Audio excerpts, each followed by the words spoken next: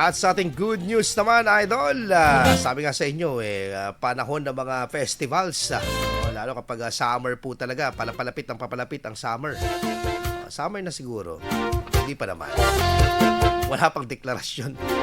Celebration naman po ng Pandan Festival. Naging makulay po. Para po sa good news na yan, kasama natin, Idol Maya.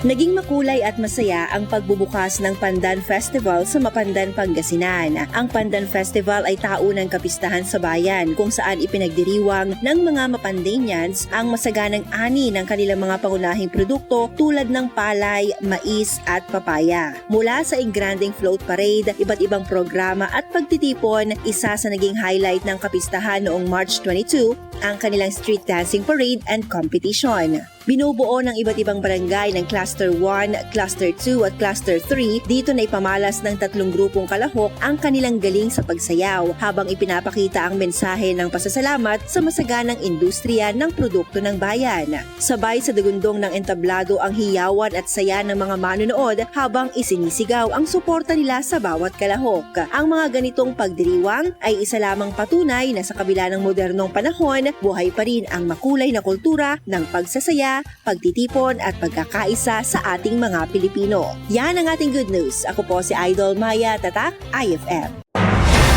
IFM News. IFM News. IFM News.